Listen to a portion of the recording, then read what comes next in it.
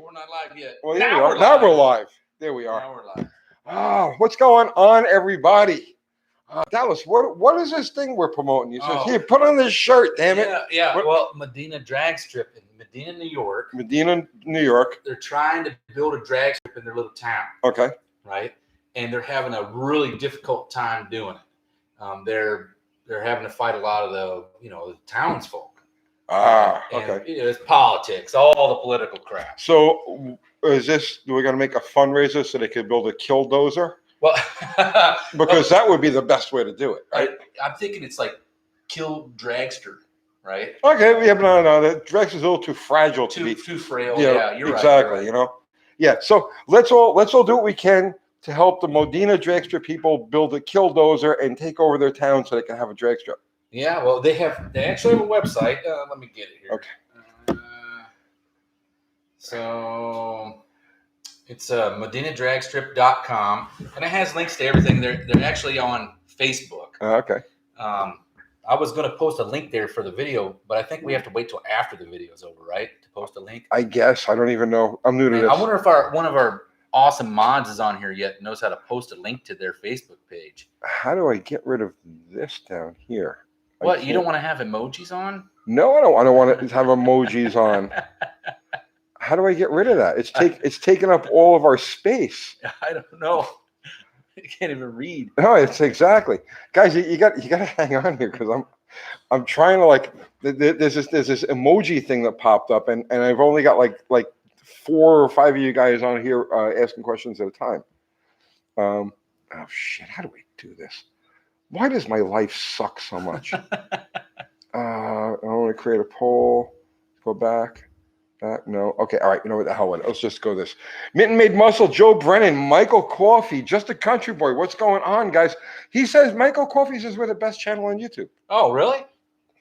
I can live with that. I'll take that. Thank you very much, sir.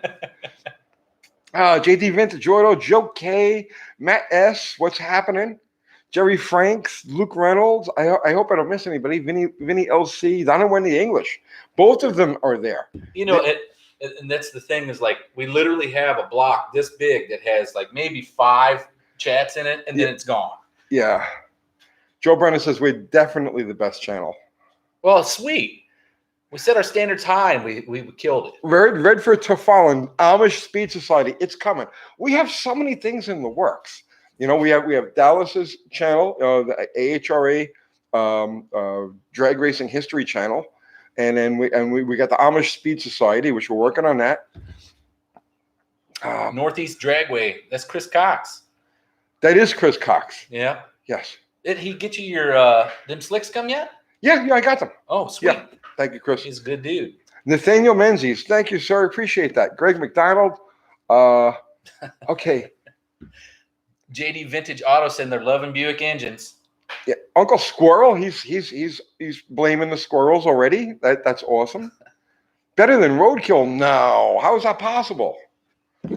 Oh man, you sure you don't want to go buy some beater bomb and just drive it around until the wheels fall off, and then make a video of that? Yeah, I'm trying to cut down on that. I did all that Roadkill stuff when I was 14. Before I got a license and all, right? Well, my neighbors, I was telling him, he said, yeah, my friend's got a track out here. I said, oh, we used to do that. He's got a track on his property. And they're buying beaters and just, doing circle track and beating them up. Right? I said, we used to do that when I was a young kid. Buy them. We call it Payday Friday. You go out on Friday, you buy something, and whatever you showed up in, that's what you were racing. Some guys that show up International Scout, an old Blazer. One dude had a Pacer. I mean, it was you never knew what you were going to get. But Jeremy Pike says Roadkill is entertaining. No, it is. It is entertaining. I definitely give them that. And honestly, right, that's their job. Their job is to be entertaining. Their job isn't to rotate the earth or reinvent the wheel or anything. Their job is to be entertaining, and they are entertaining. I give them that. I used to watch it. I did when it first came out, and it was free on YouTube. Mm-hmm. I used to watch it. But then when everybody started charging money, and it was oh man. Terrence Seymour is here. Doug Narden. We have no fear. No fear. Doug Narden is here. The Dougster. I wish I could get rid of this emoji thing. emoji I'm thing. kind of wondering if you can click on the chat thing up here at the top and it might do something. Let's see. It doesn't even. It Now it just- made it worse. Yeah, it made it worse. Okay, that's that. That's back. Welcome to live chat. David Soloway, how can you stand that beard in the summer? This beard, I've had this since I was like 11. I could. I'm Italian. I could shave this and it'll be back in 4 hours. I can believe that. Yeah. Yeah, we had guys in the Navy that was like, sometimes they were Italian, they Yeah. would shave 2 times a day. Oh yeah, you should see my mother's beard. It's. I mean, this is nothing. John Wilburn, what's happening? It's John Wilburn. Oh man, this is so hard to do now because there's like no window. Okay, so many damn channels here keep getting new cars and get them running, get them fixed. I couldn't even read it fast enough. Yeah, guys, you have to excuse us because we're working off of a very Small screen. small screen here. I don't know what's going on. I don't know how to fix it. I'm wondering if we can make it bigger or we can get rid of this. I don't know how to get rid of that. Well, I wonder what's at the bottom.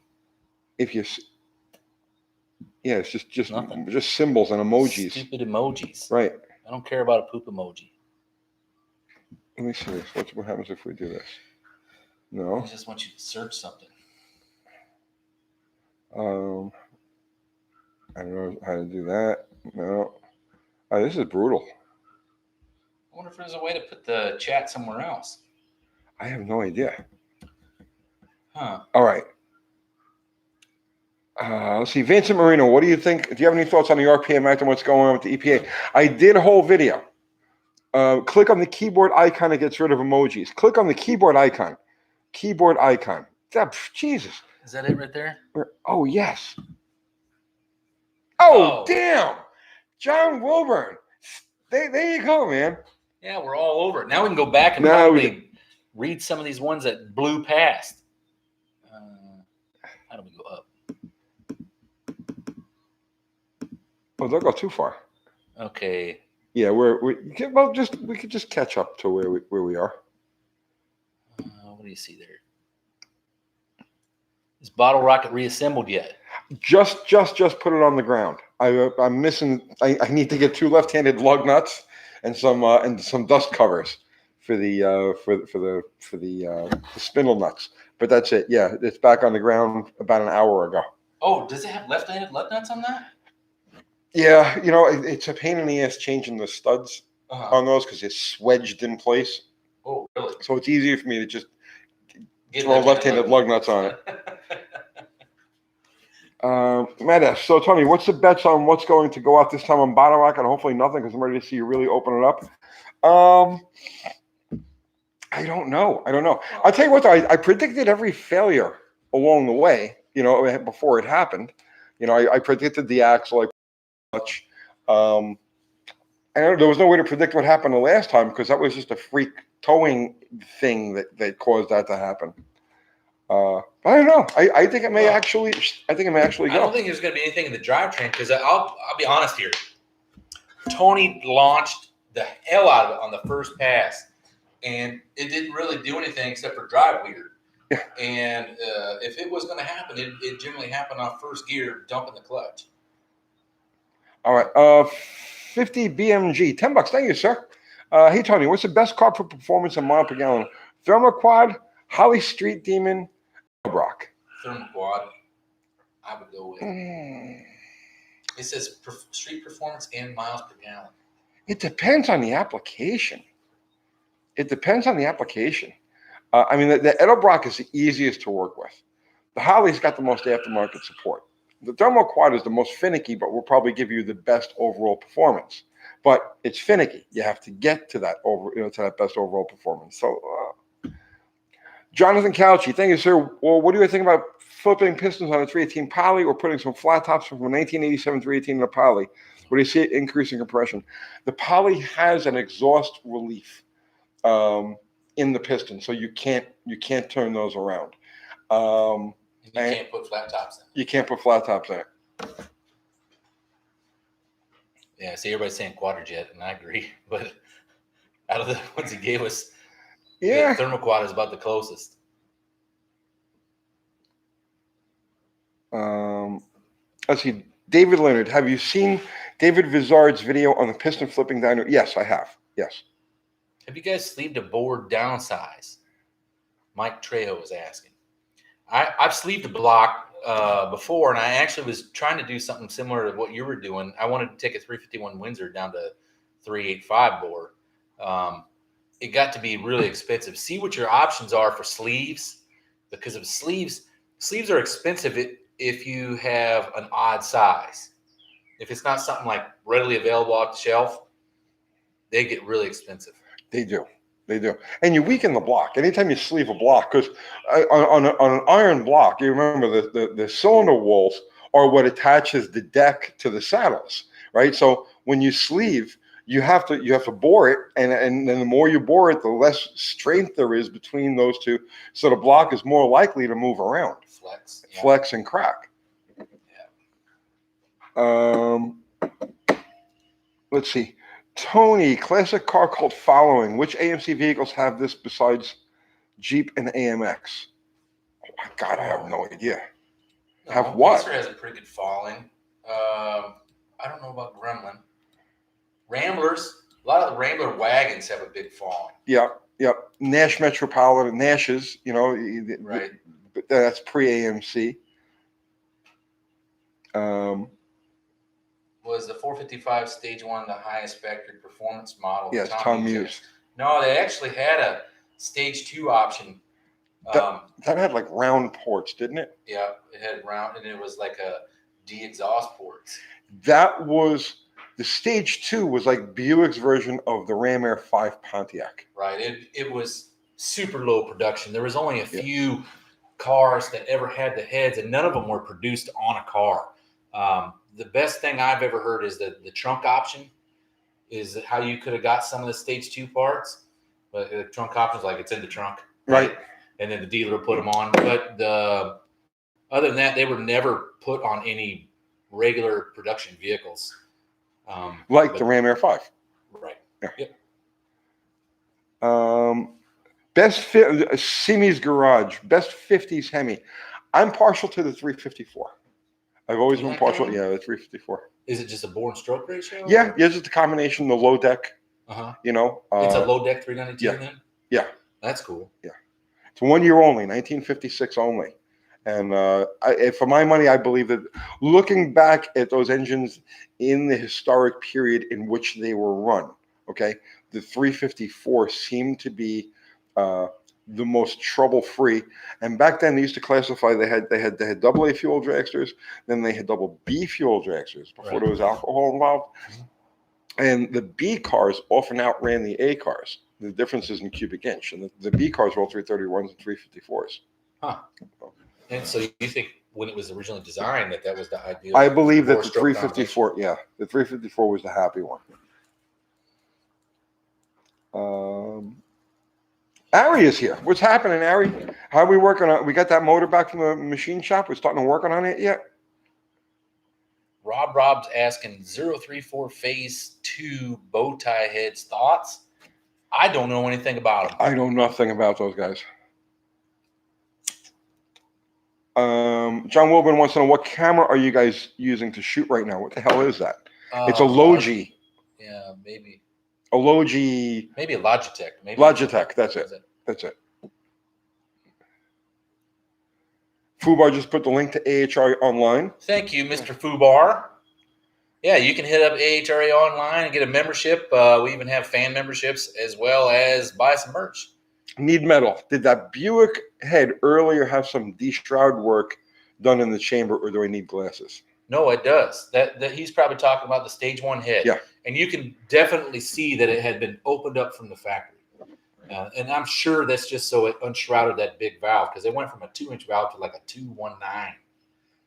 So I don't know if that makes any better performance. Like, the one thing I didn't talk about is, like, and Buick never did, what would happen if they took some of those big port heads and put the Stage 1 valves in them? Like Stage 1.5.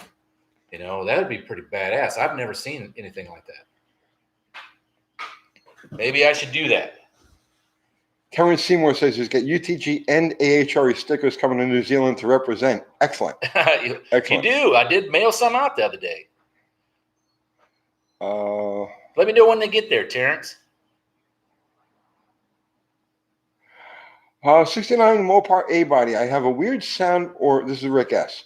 A weird sound or vibration with the 833 in every gear around 2,000 RPM. Can low fluid cause this? No. I also had a throw up bearing noise. Yes. Your problem is probably a bad or worn throw up bearing. Not throw up bearing. I'm sorry. Did I say that? Pilot bushing. The pilot bushing is bad. A Trill Brocker. I'm sorry, I'm murdering your name. Thank you, sir. LS1 swap on a 41 Chevy Coupe. Cam performer intake 1406 carb, probably too small of a carb, using the OEM cores with MSD ignition controller. Where do you start selecting spark plugs? Do you just use the factory recommended plugs, or does it matter? Yes. Start, if it's an unknown combination, start with the factory original plugs. Yeah. I agree. Yeah. Run it through, right? When I say run it through, you want to do is you want to with a fresh set of plugs in it, as quickly as you can. You get the thing started, and as quickly as you can, make a full power run with it, okay? And then shut it off and coast to a stop. Pull a couple of the plugs, and the color on those plugs, the condition of those plugs will tell you if you're in the right zone or not. Is that? Yeah, and you can actually look on the strap of the plug, and if the heat range is right, the strap will, where's the burn? You're looking for the timing to be correct and the heat range to be correct, and the strap will be burned back to the curve, right? That's where the burn will occur. So The discoloration. Right, it'll have a discoloration mark on the strap, the ground strap, at the curve. That's the ideal one you're shooting for. It's Mopar Den. What's happening, brother man? Short bus, no. Buick V8 distributor will. It'll fit in there, but it won't work for your even fire V6. Fast 40. When are you going to have 6 McCuneys on the Plan Z Dart? I'm not. I'm going to stick with a Holly 4-barrel on that. And we're going to be running that car at Sikeston, Missouri on September 5th. Yep, at the Slanted Nationals. So hopefully we'll get it out before then and work some of the bugs out of the car. But that's it's planned. It's planned to time out. Bottle Rocket goes out next. Ari says, Tony, I got all these 6 parts together. They ended up going 40 over. Okay. I was going to ask you guys, had an assembly lube you preferred. If you can get the BG, you ever use BG? Is that the red? This red It's tacky white stuff? No, it's in a white tube. No. It used to be in a white tube. Oh, I don't know. I haven't seen it. If you can find the BG assembly lube, that's what we used to use with the fuel cars. It works really well. If you can't find BG, I mean STP or Lucas, any engine oil, honey, any motor oil type of honey is works great as an assembly lube. They have the ones with the molybdenum, right? Right. Right. Molly B. The Molly stuff. But yeah, just grab a can of STP and use that. It's fine. Yeah, I use Lucas, the oil stabilizer, but I change oil so often because we're going so many miles. I always have that stuff on the shelf. John Wilburn, how was that lower control and bushing and still thing? Those bushings never showed up, so I just put a set of stock ones in there. And as usual, it was the hell that lower control and bushings are. Jonathan Crouch is asking, what type of crankshaft balance? This thing's going too fast. Crankshaft balance, do you prefer over or under balance or equal? I'm not entirely sure what that means. Yeah, John, honestly, anytime I've had a rotating assembly balanced, right, I've never been specific. I'll drop it off at the machine shop and say, balance it. So remember, I don't, neither of us build anything that sees sustained high RPM use. So balancing isn't really the most important thing in the world for us. It's not like we run circle track cars or road race cars or anything like that where you're going to see sustained 6,000, 7,000 RPM. We'll see 6,500, 7,000 RPM, but it's for a couple of seconds. And being absolutely dead nuts on the balance in that zone isn't all that important. So we couldn't really give you an accurate answer on that. Oh, Okay. Pentastar, why do manufacturers label motors with the static compression and not the dynamic compression? Yeah, that's a good question that the CAM gives it. That's a good question. because I think about most of them, they don't have a lot of overlap, so they're probably pretty close to static. Well, no, not really. A lot of it depends on the CAM timing itself. I mean, Right. well, you see, okay, there you go. There's a perfect example. So, static compression is, or dynamic compression, I should say, is that with the CAM straight up, advanced, retarded? Just going with the physical compression ratio. 9 of this into 1 of this is much more straightforward.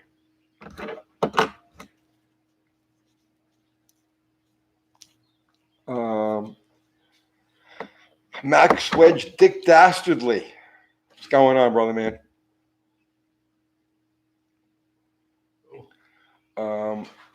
Mitten made muscle because with the right cam, the engine will produce the advertised compression, so they would be lying. No, that's not true. No, the cam has nothing to do with it. Advertised compression is just the displacement of that cylinder, the full displacement, and then the compressed displacement. So it's a 9 to 1, 10 to 1, right? That has nothing to do with the dynamic compression. Curtis Randolph, did Olds ever make any big block closed chamber heads similar to Stage 1 Buick? I don't know if the Olds are all closed chamber, but I'm assuming if they did, it'd be a W30. It'd be a W30 head. I don't believe I've ever seen a closed chamber Oldsmobile. I don't know if they're all open or closed. I know they're dish piston like Yeah. Buicks. That would lead me to believe that they're probably closed chamber. You got to have a pretty small chamber to have a dish piston like that normally.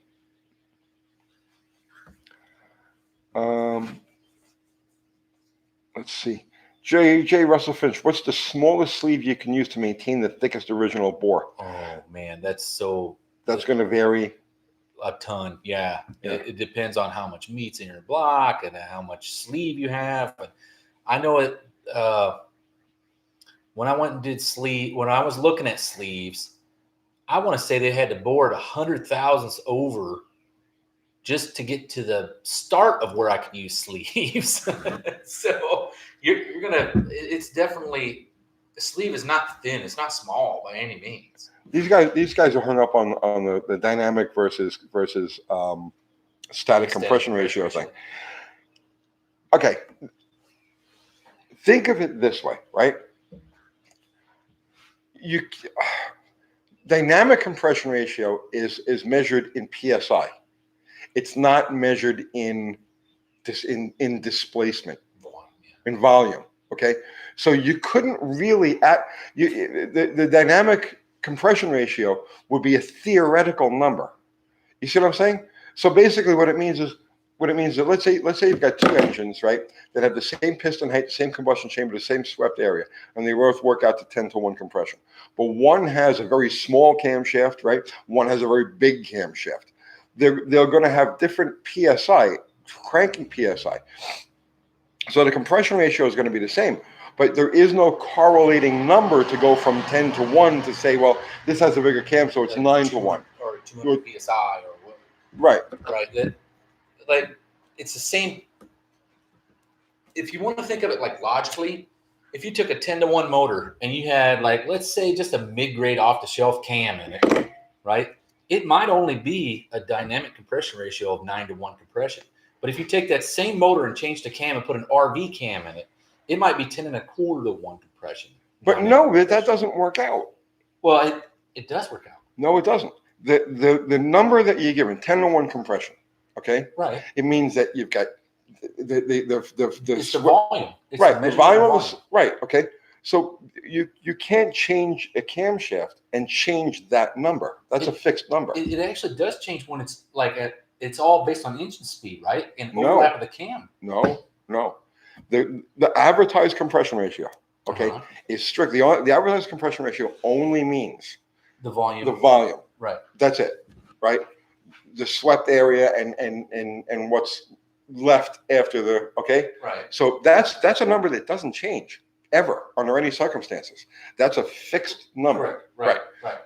Dynamic compression ratio is all over the map. Right. depending on the camshaft. And the speed of the engine, and then, well, that would be about it. Speed of the engine and then the camshaft. Speed of the engine, yeah, that's it. That's going to change somewhat, small, but mostly the cam time and cam events are going to have a great Biggest effect on that. Yeah. Yeah.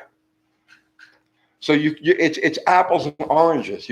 Dynamic compression ratio and static compression ratio, two completely different things. One of them is a fixed mechanical measurement, and the other one is a theoretical measurement.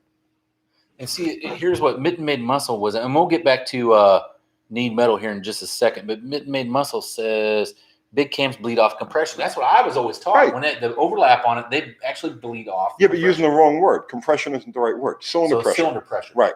Okay. Right. All right. Fair enough. All right. So we got. If you stop and you think about it, right? When you say compression ratio. Oh, see, here you go. Need Metal says overlap and timing change cylinder pressure, not static compression. Right. Right. Exactly. Huh. John Wilburn, dynamic compression even figures pressure decay in the cylinder. Yep. Yeah. You know what? I tell you what, it's the wrong phrase. Okay. It should be compression ratio. And for static compression ratio, it should be Dynamic just pressure. compression ratio. Oh. Right. And then the dynamic ratio should be measured in cylinder pressure. Right. Yeah. So it should be like a dynamic pressure kind Yeah. of thing.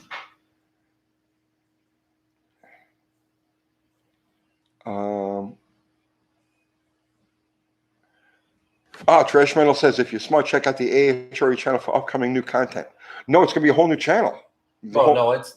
You're going to keep. I have my own same one channel. There's only like 3 videos on it. Okay. So I figured we just dump them on there. Okay. I don't have to even recreate the wheel. Okay. Oh, Hammer Time Racing just developed a rattling noise in his mud truck. Sounds like metal rattling in either the front end or transmission. Turbo hydromatic full manual valve body trans brake happens when braking and brake pulse. oh, that would have to be in the. It's a mud truck, so I'm assuming it's 4-wheel drive. Yeah. I think it sounds like maybe the front diff. If Yeah. you apply the brakes and the noise goes away, it has to be something that's mechanically linked in the drivetrain. And What kind of transfer case is it? well, that's probably it. If it's like That's a a good question too. yeah, I bet you the noise is probably. I bet you it's in the transfer case. Matt Horvath, this is a good question. What does open or closed chamber actually mean? Go ahead. Oh, well, did you see the video today with the Buick heads? It actually shows it's not open to the whole entire size of the chamber. This would be an open chamber, okay? Meaning that the cylinder head, so you have your valve, here's a valve, here's a valve, here's a spark plug over here. This is an open chamber, okay? Same size as the cylinder generally. Same size as the cylinder. A closed chamber would be like this. Half of it filled in. Right, or a third of it, right, depending on the style.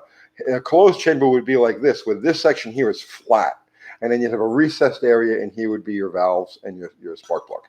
Does that make any sense? The best way to actually see that comparison for the same cylinder heads, open and closed chamber, that I've noticed is the Ford Cleveland head. You got the early ones are all closed chamber, and the later ones went to open chamber, but they look exactly the same, except for it's just open and closed chamber. What is any of the Mopars open and then closed? Like Oh yeah. Oh no. Wait, no. Wait. Yes. The 318. The 318 went from closed chamber to an open 67, 68, 69 to open chamber, and then in 1985 back to closed chamber. So I'm assuming closed chamber probably performs better. Yeah. And it's better for fuel economy and emissions. But yeah, I always wondered about that because this may sound dumb, but I always grew up messing with the Buicks, right? And they're all closed chambers. Like I had never seen an open chamber, and it wasn't until I started building Clevelands that I ran into that, and it was like, oh wow, yeah, you can actually see the big difference between them. Danny Boyd says Hemi is the ultimate open chamber. Dan, that's the drawback of the Hemi. That's one of the big reasons why Hemis have such a hard time making power normally aspirated. That's why they didn't do very well in pro stock, where they got outclassed in pro stock, even by the Ford, the Boss 429. you know, which is a dual quench chamber. Because if you ever look at a Boss 429, not only is it a canted valve engine, but it has two Pent quench roof, isn't that what chambers. they called it? Pent roof or something like that. Weird with that chamber. It's I can't think of the name of it, but basically it's canted valve. Okay, Right. but it has two quench pads. It has a quench pad on either side. Right. Right, where the 426 Hemi has no quench pad. And if you look at the heat signature on the pistons of a normally aspirated 426 Hemi, you'll see that there's a dead zone. Like you're only operating off of the like a 4.5 inch bore. You're only operating off about 3 3/4 of an inch. There's always a dead area around the outside. And a quench head like a Boss 429, let's just say, you don't have that. The 429 has a very, very good combustion chamber. Peter Kovacs is saying, isn't a closed chamber head? Well, it just using jumped. quench technology. I don't think quench technology was actually around then. It was just they were using to take up some of the space. Right? Well, Peter, it only becomes quench when the piston is close enough. You don't achieve quench until you're under around 40 thousandths of an inch piston to cylinder head clearance. So just because something is closed chamber doesn't mean that it's quench. It means it's fast burn, right? But it doesn't mean it. But it's not necessarily quench unless the piston is within that 40 thousandths of an inch. And the old saying for the stock and super stock guys is that if the pistons aren't hitting the cylinder heads, meaning in that quench situation, you leave them power on the table. Yeah. Oh, Rodney Board, Blue Crescent, Boss 420. Yeah, that's right. Crescent-shaped combustion chamber. Thank you, brother. I thought it was pent roof. I wonder which one is the pent roof. But man, everybody tried different combustion chambers, like designs all through like the late 60s, early 70s, because that's where they realized that's where the power was. It's a Coastal Auto Reaction. What's happening, man? Just picked up a factory 318 4-barrel. It's from a Chrysler boat. Guy gave it to me. Stoked to see how it runs. Is it there's two different ones, right? There's the spread bore, very, very heavy intake manifold that they used in 1985 and up.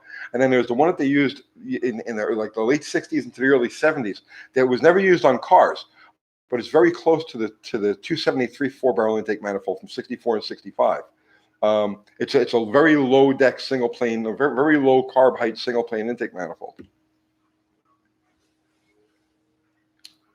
Isn't an LS a pent roof? I think the LS.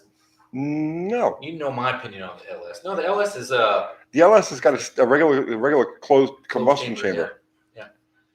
I think the LS motor is the Buick small block. Pent roof. Okay, engines that would have a pent roof.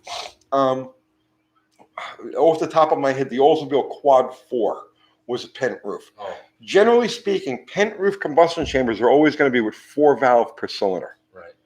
Right. You won't have. Okay, so here's the thing, right? To have a pent roof, you need to have small diameter valves that are going to line up on either side of that roof, right? So you'd have to have 4 valve per cylinder in order to have a pent roof combustion chamber.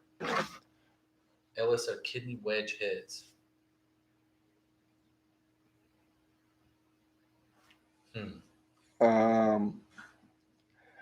Imports still suck. The Dodge 4-banger neon engine was a pent roof. Yes. Okay.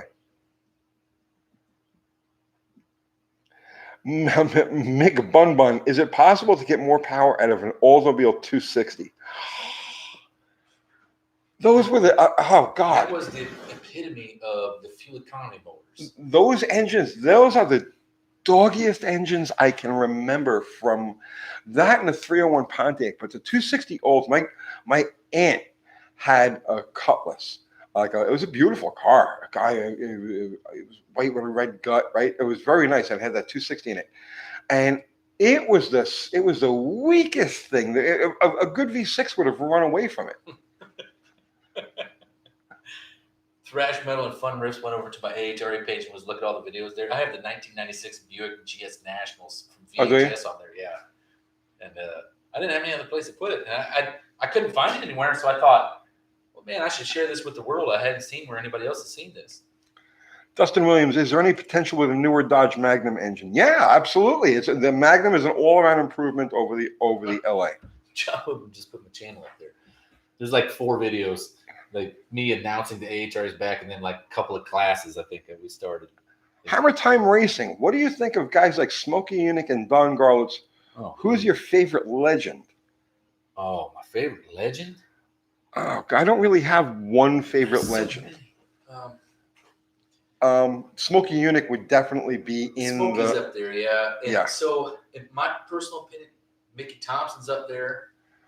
Yeah. Bill Jenkins is up there. Bill Jenkins is definitely up there. Smokey Yunick, Bill Jenkins, Garlits and Yunick aren't really in the same league. Garlits was innovative in a very small field, right? He only focused on what he was working with at the time, and not to take anything away from him. He's brilliant. And also, you got to realize that what Garlits was the horsepower behind the operation. And I can't think of the two guys' names right now. That were with Garlits during the TC Lemons. TC Lemons was actually TC Lemons. If you want to talk about getting the rear engine dragster to work, it was actually TC Lemons that figured out what to do with the steering on the car to make the car work. Slow it down. Yeah, slow it down. And who was the other guy? TC Lemons. He read the Red Malone. Art Malone in the 60s, very, very early 60s. But that was more during the fuel ban, during the Top Gas days, Top Eliminator days, I should say. God, I can't remember his name. It'll come to me. It'll come to me. Dave Bizarre. No, it wasn't Dave Bizarre. No, that's one of my names I'm throwing out there. The legends. Oh.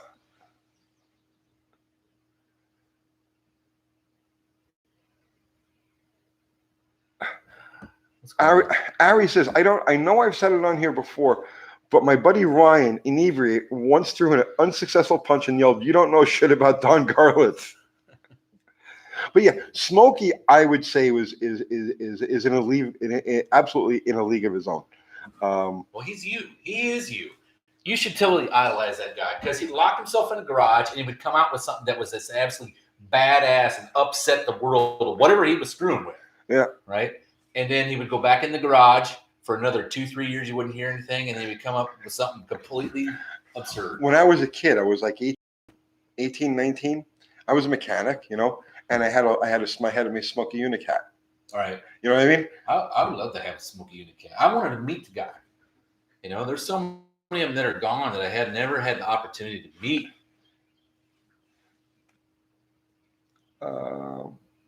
We said Brock. Coastal Auto says it looks just like a 273 4-barrel intake. Okay, yeah. No, those are great intake manifolds, but put a spacer on. Listen, it's a 4-hole. Okay, it's not worth that much, but cut the divider out. Right, the 4 holes, Coastal. Right, cut that center section out and put like an 1.5 inches, 2 inches worth of spacer underneath there, and that manifold will work really good for you. Bob Glidden. That would be one of my era. I think probably one of the best. Yeah. No. I'm a big fan. I'm not saying. Look, Bob Glidden worked like a mad dog. Right. Okay. But he was small community, just like Don Garlits, right? You can't put him in the same league as either Garlits or Smokey Yunick. And I'm not taking anything away from Glidden, but you can't put Glidden in the same league as Smokey Yunick. Huh. You just can't. Great racer. Not the same league as Smokey Yunick. I'm just saying, like legends. Oh yeah. Was a freaking. Oh, okay. He was badass at what he did. But once everybody else figured out the tricks, I mean, look in 1989, what happened to Glidden? I mean, well, actually, he was pretty good up till about 93 or 4. Alpha 1 Marvin Schwartz working draw for Garlits for all. Yeah. Schwartz. Yeah. Was he the guy that you were thinking of, Marvin Schwartz? No. It was TC Lemons and oh god, it's wrong for me to not remember this guy's name because he was truly like innovative. And it was Herb Parks too. I was actually there at Bradenton the night that Herb Parks got killed. That was. See, Jack Roush is one too. Jack Roush is definitely up there. The Jack Roush, it could be considered in the Smokey Yunick. I believe that 100%. That what people might not know is Jack Roush actually got to start drag racing pro stock, and they kept screwing with the guy so much. With his cars were just absolutely brutally fast when everybody else wasn't as fast, and they ruled him out. And he actually just said, "You know what? F you guys, I'm going NASCAR racing." And that's what I thought was always kind of cool. I know he still loves drag racing at heart, I'm sure. Tom Hoover was a good anyway. You know, there's two Tom Hoovers. There's drag racer Tom Hoover, and then there's Chrysler Tom Hoover. Well, if we're going to talk about real legends, you know, like Ed Iskandarian is one. Don't sleep on Gale Banks. Gale Banks is another one. Yeah, he is absolutely. He is very smart and innovative. I went to his shop in California. Did you? Yeah, he gave me a tour of the whole place. Me and my buddy went up there one day, just during the week. We had the day off in the Navy. They were doing some kind of stupid training exercise. And we decided, hey, let's go up to Gale Banks' place. So we went up there, and Gale gave us a tour. I thought that was so cool. Like, take time out of his day. I mean, he's got $1 million company to run, or $1 billion company to run, or whatever the heck it is. Took his time to show us around. Carroll Shelby. No, again, see, that's not something you could put in the league of, let's say, Smokey Yunick. And that's not taking anything away from Carroll Shelby. But Carroll Shelby was more of a marketing expert than he was a scientist. You know what I mean?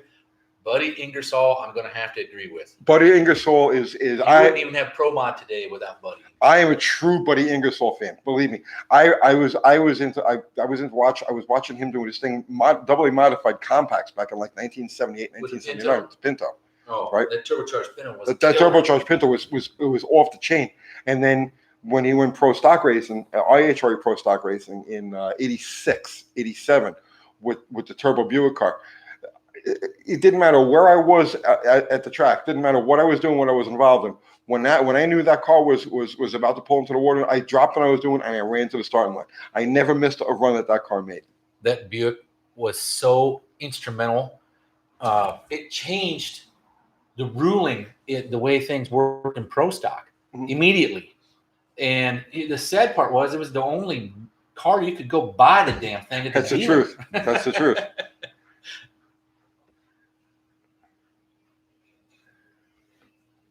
Bob Glidden never used an engine stand. Really? He did it all I heard on benches. Did he? Yeah, so that the engine was settled when you assembled it. It didn't have leverage. Okay, that makes sense. Huh. Okay. I still don't know how once he got the crank in it, like how it got to move it around. You know, like maybe he probably used a hoist to pick it up and move it around. Well, he had Rusty and them hanging around. I'm sure they could. Hey, you! Did you eat your Wheaties today? I don't know. He was a horse. I mean, the guy worked hard. Etta was able to just grab, Etta was the strongest human alive, and she would just grab the engine and put it wherever Bob needed it. Yeah, I met Ed Iskandarian, came to PRI the first year I brought the AHRA back. And he was like, he told me, he said, well, maybe I'll do like the old days and offer up a cam to the winner of whatever you guys class. And I'm like, well, that's pretty cool, but I mean, you don't have to do that. You know, I mean, you're 99 years old. But man, that guy was cutting edge camshaft technology. They had a 5-cycle cam. Remember that? Mm-hmm. Like, I don't know whatever happened to that. Well, the 5-cycle was controlled valve float. Really? Yeah, that was the 5th cycle. The idea was to float the valve.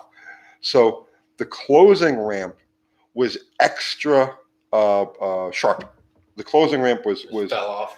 Yeah, it fell off, and it caused the valve to float. Oh, like chatter. It had like a takeoff ramp. Oh. The cam, that was the 5th cycle camshaft, and yeah, it was controlled valve flow. The guy's a genius when it came to that stuff. The Malikoff brothers never got. Where was that now? If we're going to talk Top Fuel. No, it's talking about Top Gas. Oh. I'll tell you the Top Fuel one that comes to mind for me that's like instrumental in change, the Surfers, right? How so? Sorokin and when they figured out the fuel systems, running the fuel systems at super high pressure, they were cutting their own nozzles, right? Yeah. On that, what was a jewel cut machine, I think is what they were using. But they had super high fuel pressures is what changed the whole game. And I had a video at one time where they were pulling fuel cars out in the 60s. All the fuel cars kind of sound the same. You know, they're blown, and a lot of them were running Hemis, but you still had a smattering of other stuff in there. But man, when the Surface car came out, that sucker sounds so different than everybody else's car. Well, the thing with that was they didn't want to run alcohol with it. They wanted to run the can. And the problem with nitromethane is it doesn't atomize Right. like gasoline or alcohol does. So what they did was they cut the nozzles in such a way so that the nozzle had a sharp edge, and they ran the fuel at a high pressure through it, and that would break it up into the smallest droplets possible. Okay. Right. And so they were tipping the whole, just no alcohol. No alcohol. Right. Right. You use alcohol in a nitro motor to help ignition. Right. Right. Because the alcohol is the lighter part of the mixture Right. that the spark plug is easily able to grab and light. Yeah. So what they did was they used higher pressure than everybody else, limited by the pumps that were available at the time, which like the Hillborn 175-4 is what they used. Right. But what they did was on the port nozzles, they cut them at a sharp angle. They cut them at a sharp angle, and instead of beveling it, they left it flat. So when the fuel was forced through it, instead of expanding the way most nozzles are designed, it sprayed outward with a very. Oh, it's kind of like a diesel then, when a diesel engine. Yes, exactly. Okay. Exactly. All right. So import still sucks. Says, what benefit did controlled valve flow bring? I have no idea. I'm just telling you what it was. 5-cycle was a short-lived thing. Yeah. I'll tell you that. It was only around for a few years. Yeah. Mr. Norm, where do you get Mr. Norm? Mr. Norm is not a smart guy. Mr. Norm never. No, sorry about that. I mean, he was a good show. He was a good showman. He was a good promoter and everything else. Yeah, he was a salesman. He was not, by any stretch of the imagination, a drag racer. Well, what did it say?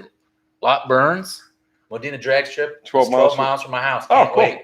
Sweet. Well, get out there and support them guys, and you know, like throw some truth out there to what it is. What I find is like it's not often somebody opens a new drag strip, right? Usually you hear about all the other ones closing, and what'll happen is when you try to open a new drag strip, the town has a lot of naysayers in there, and they give you a lot of crap, but they're uneducated on what drag racing actually brings to their community, right? They look at it as a bunch of noise and hellions tearing up the road, which in reality, it brings a bunch of income to your town.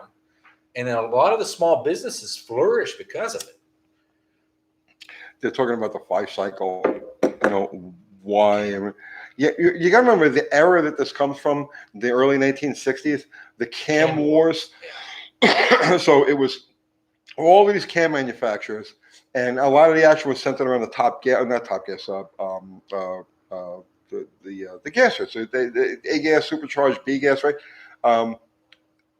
There was the cam wars were all of these cam manufacturers fighting for the imagination of the public, because you remember something, we're a lot more, generally speaking, today's hot rodders, drag racers are a lot more educated than they were, let's say, in the 60s. That was back in the days when they talk about 3/4 race cams and stuff like that, because they just didn't, they didn't really, you couldn't talk to them about duration. You couldn't talk about lobe separation. You couldn't talk about any of that stuff. They just didn't get it. So the manufacturers would throw all of these hooks and catches, and this is the latest camshaft voodoo, and the public would buy it. Yeah, and it was almost every gasser had a different cam manufacturer on it. Southern California used to be home at one point to like 20 different cam manufacturers. Let's see. Which, by the way, did you know you can still walk up to that like window at Schneider and order a cam at that window on the side of the building? Really? Yeah. You walk up there and the guy's like, "Oh, hold on a minute." Goes in the back, comes out with a cam and lifters. Right? It's the coolest thing. I relate it to, what an open air bar is, like in the South Pacific, where it's just got like a roof. Yeah. That's what you order a cam through at Schneider. That's awesome.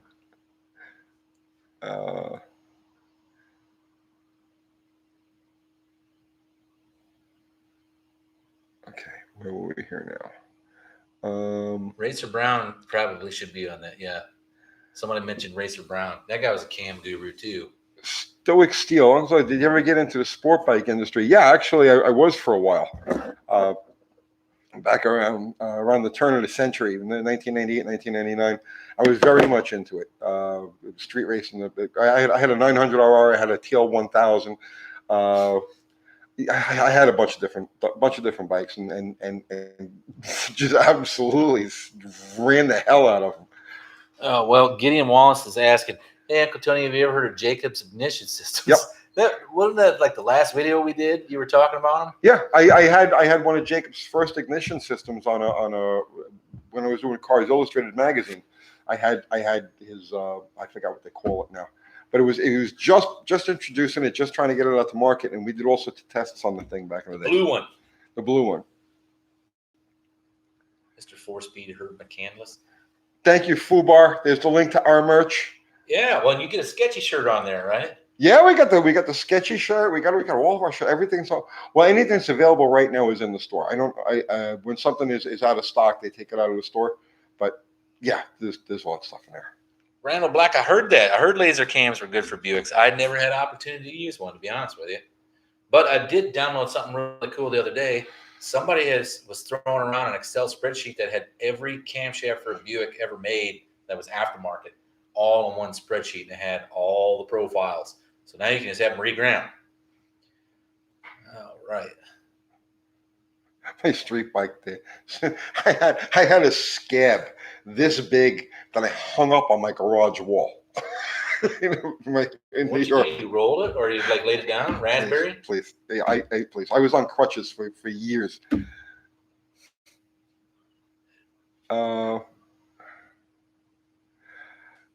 Oh, Graham H. That's a Smoky Unit thing. Yeah. What is it? Hot vapor motor? The hot vapor motor. David Vizard talked about that. I can't answer. I'm not educated enough on it. It doesn't really seem like a doable idea to me, but I'm not Smoky Unit. Okay. But David Vizard actually was very familiar with that, and he had a lot to say about it. If you go back, it's still up. The show we did with David Vizard about 3 weeks ago, and he talks about the Smoky Unit hot vapor motor. Made muscle. I haven't seen those heads. I've seen a lot of people talk about them actually on the Buick pages. I need to go check them out, I guess. 5K is a little steep for my game, though. Jake Vale, did you ever have any two-stroke street bikes like the RD400? Yes. I was into Cowie triples for a long time. I had an H1 69. The baddest of them all that I ever had was a 69 H1. Danko chambers and it was a bad bike. But yeah, I played around with Kawasaki triples for a while. I had an R5. Yeah, I never had an RD350 or an RD400, but I had an R5 that I fell in love with. A tiny little bike. It was just a fun little wheelie toy. But yeah, man, ring, ding, ding, ding, ding, ding. I'm all about two strokes.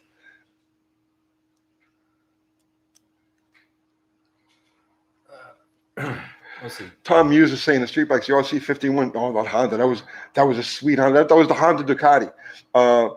The R1 killed more people than they had to part numbers with. I rode an R1, right? I only rode one R1, and it was the smallest bike. I'm not a big guy. I'm 5'10", and at the time I was probably maybe about 175 pounds.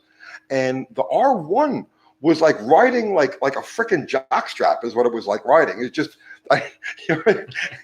you're like when you get down into full tuck with that thing, there's no bike in front of you. Your head is just hanging over the bars. Very, very weird, sensation.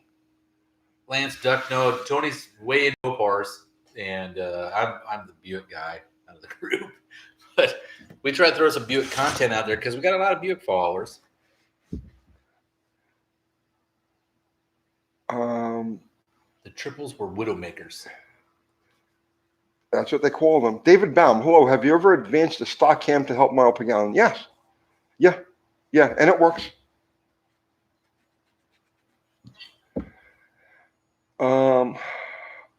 Buick car build. We were just talking about that. We were talking about something to put that 215 in. John Wilburn says he's ridden a motorcycle about 20 feet in his life. I had a dirt bike. I grew up on a dirt bike. Did you? Yeah, I had an Indian dirt bike.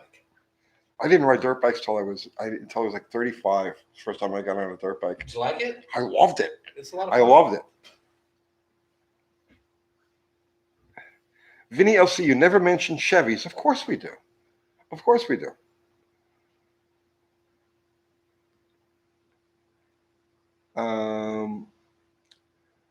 Eureka 7 Wave, thoughts on Mopar Purple Shift.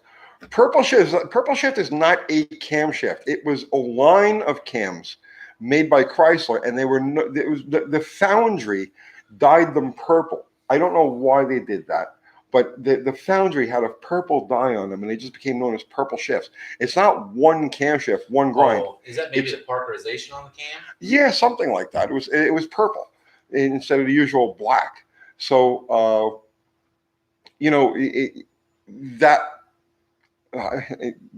it's not one cam. It's a whole. Tony, I need a Hayabusa. No thanks, man. I rode a Hayabusa. I jammed that thing at about 100 miles an hour in fourth gear. I jammed it. It broke the tire loose. It got me freaked out. I'm like, no. It's just no.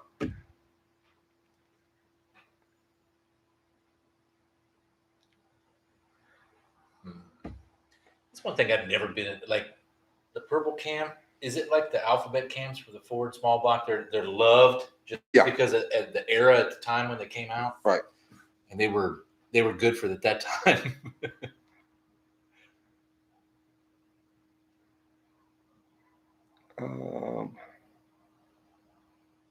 Smoking Wrench, Triumph Racing Department cut the piston skirts off, made much more power, not many passes. Yeah, I can see that.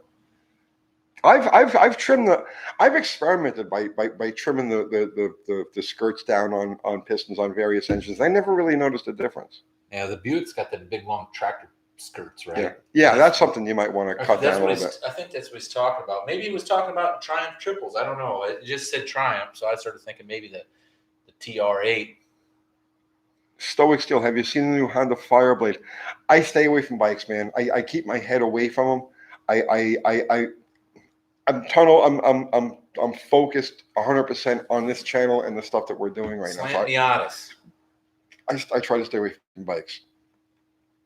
Yeah, Tom Hughes. That's what I was saying about the alphabet cams, the Ford alphabet cams. It's almost exactly the same kind of thing. I know that a lot of Mopar guys were like, "Oh, I got a purple cam," and it's like, "Damn, everybody buys that cam, huh? They must have been really badass." See, back in the 90s, after I quit drag racing, I was doing nothing but motorcycles for a few years. So I ran a shop out of my house, and I had me everything under the sun to do carbs, to do pipes, so I got to ride everything. I got to beat on everything. So that's how I got to know all of these different motorcycles. Slots or Krager? Slots, man. Slots are, man, they're so hard to come by anymore. Like, I know. Good ones. Right over the pill. One I really like is like the Fenton wheel. Yeah, the Fentons are okay. Isn't that a slot? Need Metal is willing to do a troll channel to pro. Oh yeah, man, go for it. From what I understand, my main troll is retired, which I'm sorry to hear that. I really am. I hope all is. I hope. I know. You shouldn't be saying stuff like this, but I hope all is well with him. Oh, whatever happened to Urson cams? Wood and Metal Garage asks, whatever happened to Urson cams? I think they got bought out. Yeah, I think Comp owns Urson now. Plug Danny's channel.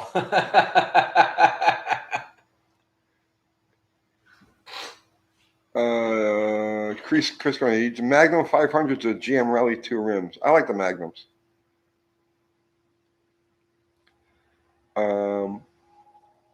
How's saying plain wheel or hubcap? And to me, it's like I love plain wheels, but if you got the right hubcap, like a dog dish, I like dog dishes big time.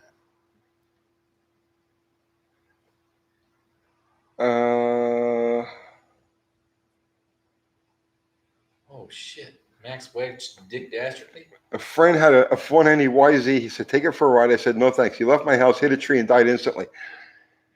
There was I wasn't there for this, but there was a speed shop on Staten Island. and I had just left, and one of the guys had pulled up. I think it was a CBR, a 900R, and one of the kids that worked in the speed shop says, let me take it for a ride. So the guy says, all right, yeah. So he got on it. He popped the clutch, went directly into the wall of the speed shop, right, and died instantly. Wow.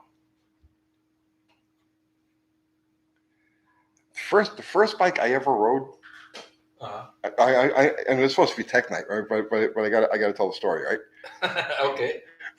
First bike I ever rode was a KZ1000.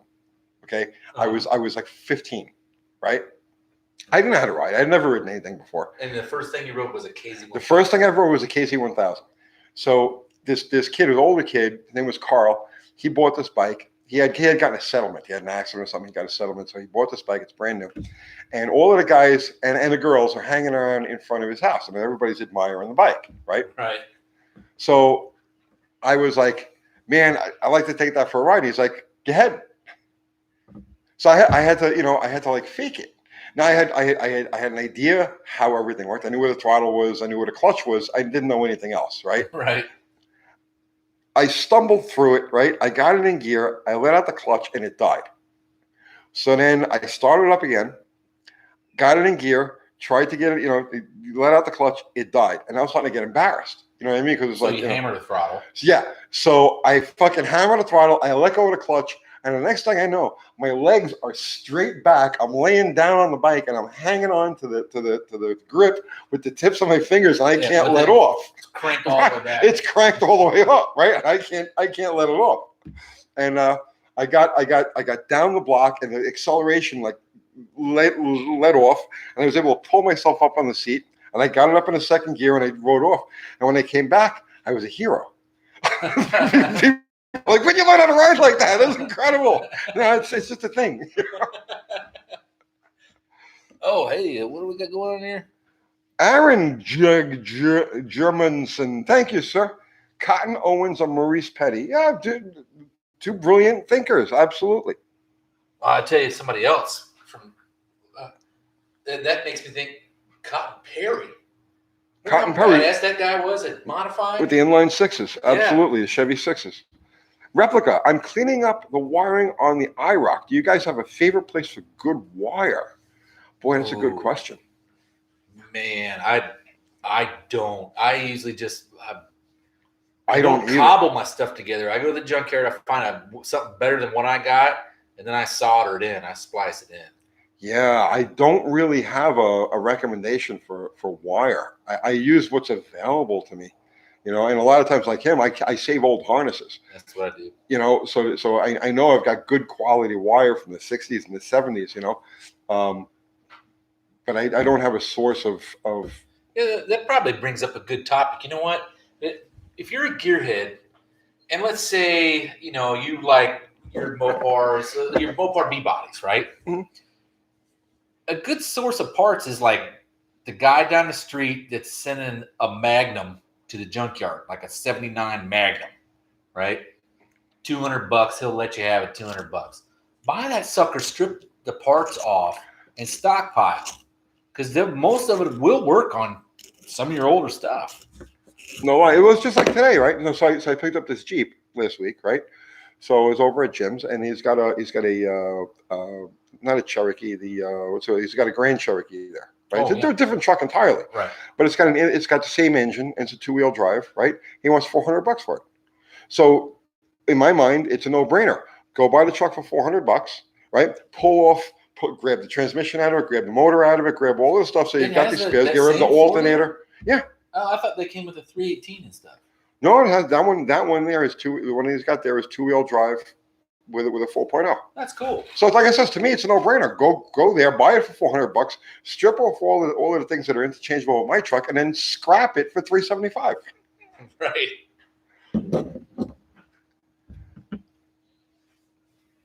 Well, I would treasure a 79 Magnum too. I'm just saying, you need to grab parts where you can, and a lot of people don't understand that.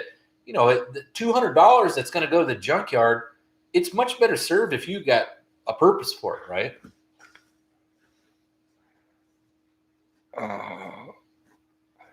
Buick nailhead considered a PEMT roof head? No. No. No. No, it's more like, what would it be more like? 4.9 Chevrolet, where it's got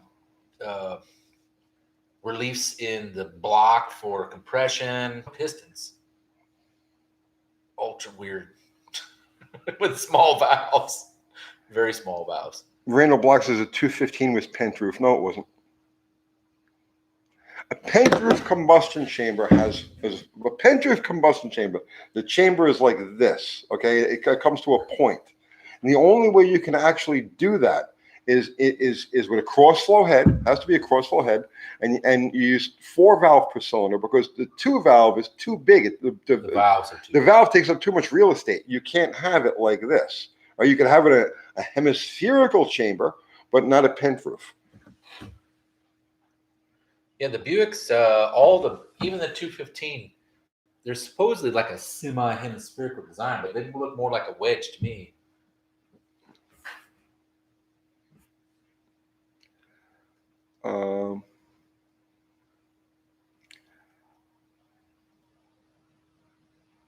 They are very similar to Hemi heads.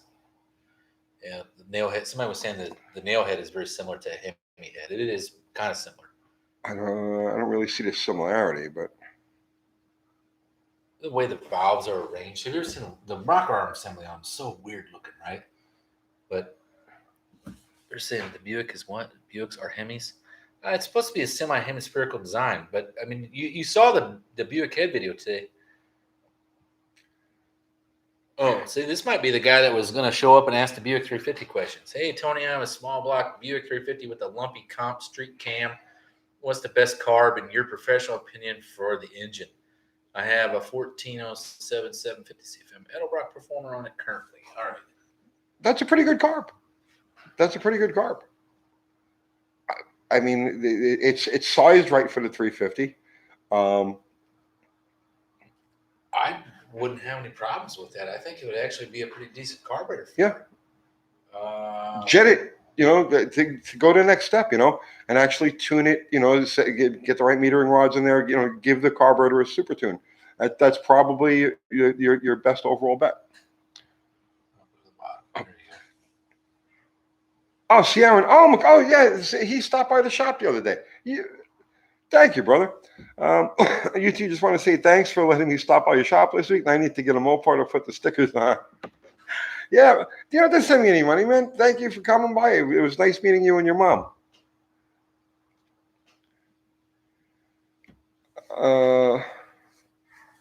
Rider of a pale horse. The Buick 215 has many speed parts that never made it to America. Huge race engine in the UK and Europe. No, I'm totally aware of that. There's a lot of good parts out there for it. We didn't have any venue. We only had 3 years of the engine, and it was all right. That's one thing that let's get it straight. The 215 was kind of a flop here in the United States because we talked about this in the 215 video. Matter of fact, the technology for casting aluminum hadn't reached the point yet where it was ready for mass production engines. Right? There was a lot of failures. And it was a great engine for what it was, but Buick sold that to Rover. And Rover took the casting technology that GM had and took it to the next level and built something that was reliable. Now, it still has the same oiling issues as all the other Buicks, which is, I don't know, you put 40,000 miles on it and your oil pressure is half of what it once was, right? But if you do the oiling mods on them and you keep clean oil in them, they'll do all right for quite a while. The thing about the 215, all of the small cubic inch engines of that era, we didn't have any venues here in the States that for the small ones, the small engines, well, other than like 1 year, right, or 2 years. Well, I mean, Like IndyCar, right? It's sport, but you see, those weren't really. They weren't popular. Those weren't popular racing forms. I think they're overshadowed by like Trans Am came out big time around then, right? Like, but that's still almost 100 cubic inches bigger. There was a 305 limit. But if you go back to the middle 60s, the early to middle 60s, engines under 250 cubic inches had no place in the United States. Well, right? and think about it now. You see a car with a 250 cubic inch motor in it. You're like, oh, should have got the damn small block or the big block, right? It's still that kind of that same way. Yes, they do. Randall Black, they have some killer heads, but they also have killer prices attached to those killer heads. But what I have heard is they got 290 CFM out of that Rover head.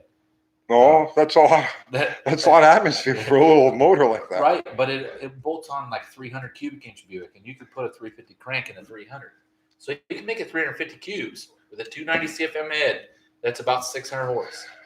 Hammer Time Racing. Have you gotten any traction on your stock engine build call out? Steve called me that night and apologized for the whole thing, that had happened there. And I let it drop at that point. We decided to go no further with that. Atomic Face Punch. Yes, there was a 215 sold in the U.S. that was turbocharged. The Oldsmobile. Dakota, we're going to try to get the MG tomorrow. Don't talk to me about MGs, man. I really want one. I don't want to talk about it. No, I've always liked those. I like British sports cars from like the 60s. So do I. Which is how I ended up with the Miata. It's as close to a British sports car I can get without any of the British sports car drawbacks. Well, Sand Mountain Ballistics is asking, have I ever messed with the dual coupling hydromatic transmissions? Have you? He asked that the other day. Yeah, he asked me that the other day. That's Dakota's brother. Oh, all right. So do we need to time him out? Somebody should time him out. I think he gets a free ride. But he's talking about the Slim Jim in a 63 Pontiac. I believe so. I have never messed with one. They're not very good from what I understand. Yes, Chevy made a 265 V8 Vinny LC. Yep. That was the original displacement for the small block Chevy before the 283. If you had a Tri-5 with a small block V8, that was what you got. Mm-hmm. They also made a 265, again, different engine, different bore-stroke relationship, but they made a 265, it was a 267 in the mid-70s, around 267. Yeah, that was for they put them in the Chevy Monzas. Oh, really? Yeah. I thought they came in Novas too, didn't they? No. That was only in the Chevy Monzas. I'd still make a Monza scream. Wild Rose Garage, what Rust-Oleum paint do you use on the inside of engine blocks? Do you think it'll help in all 55 drainback issues? It doesn't hurt. I use Rust-Oleum Rusty Metal Primer, but you've got to make sure that block is clean, right? Or your primer will end up in your pan. Yeah. What I do before I paint the inside of the block, I hit it with first I give it basic cleaner with gasoline, then I hit it with brake clean, and then before I apply the paint, I grab a torch, like a MAP gas torch, and I heat the whole any surface that's going to get painted. I heat it, and as you heat it, you can see the moisture coming out of it. So if you're going to paint the inside of your motor, go through all of the steps to make sure that that paint is going to stick to the cast iron. But I use the Rust-Oleum Rusty Metal Primer only because Gliptol isn't available generally in this area. So I have some if you need it. Well, you've got it, but I didn't know you when the last one. I painted the last one. Yeah. Well, no, that's true. So Anthony Pern is asking, do you know if Nailheads is the same rocker setup as later Buicks? No, they're completely different. The Nailhead actually has probably more in common with the Hemi than anything else, because the rockers backwards. Are backwards. Yeah. Okay. So a lot of people don't know. Do you have a Nailhead around here? I do not have a Nailhead. How do you not have? Oh, that's right. Remember that 401? The Nailhead gets its name because the valves are straight up and down, right? And the valves are close to the intake manifold. And instead of the push rod coming up and then the rocker going this way and pushing down on the valve, the rocker comes up the push rod comes up towards the exhaust side and then operates the valve backwards from every other engine, every other V8 you've ever seen. The Nailhead is the only, I can't think of any other engine that does that. No. Yeah. But see, that was the first valve and head engine, right? So Wild Rose Garage is saying they made 267 and a 262. 262 was the Monza. Oh, that's right. Okay, that's 267 was a G-body. Both are junk. That's right. They do have something in common. They are garbage. Yeah, thank you, Wild Rose Garage. Those are probably the ones that have sunken valves and flat cams. You remember how bad flat cams were on Chevrolet small blocks in late 70s? I made my living when I was in my 20s. I paid for my kids cash, right? You got to have insurance and stuff like that. Right. No, You take cash. I paid the doctors and the hospital cash when I had my kids because of 305 Chevy camshafts. I was doing one of them a day, every single day. I wake up in the morning and bam, I'm doing a 305 Chevy camshaft. I bet you got pretty good at them. Soup to nuts, the whole job start to finish 4 hours. Oh, that's not bad considering the bracket assemblies at that time were bolted to like everything. Same You thing. literally had to take the rear bumper loose to get the fucking bracket off for the alternator. It was so bad. The same thing with the Ford Thunderbird V6 head gaskets. I had that job down. 318s. Yep, I had that job down to around 3 hours. And I heard that's a copy of the Buick 3.8. it's close. Real similar. It's close. And the other one's the V6. The Oddfire V was the Fire. The earlier V6s. Head gaskets? Odds were even. No, they used to just knock like crazy. Oh yeah, that's oil. All of them. You So can put it. I had all of them. I had that swapped down to 4 hours from the time I opened the hood to the time I closed the hood and drove the car away. Man, you know what? Really, all you had to do is just get crazy on the oil filter or the oil pump assembly. Go Garage. Thank you, sir. Just saying hello and showing some support. You're awesome. Thank you. I like your name too. It's pretty good.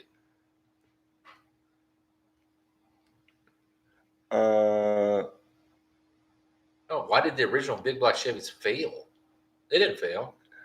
Yeah. They were replaced. But They evolved. competition was driving that whole thing. Yeah, that was competition. They were not competitive at that point with the 348 and 409 in NASCAR. Well, remember, you got to remember the roots. The 348 was a truck motor. It was designed as a truck motor. It was designed as a low RPM truck motor, and it has a really. See, people who aren't familiar with the early with the W motors, they're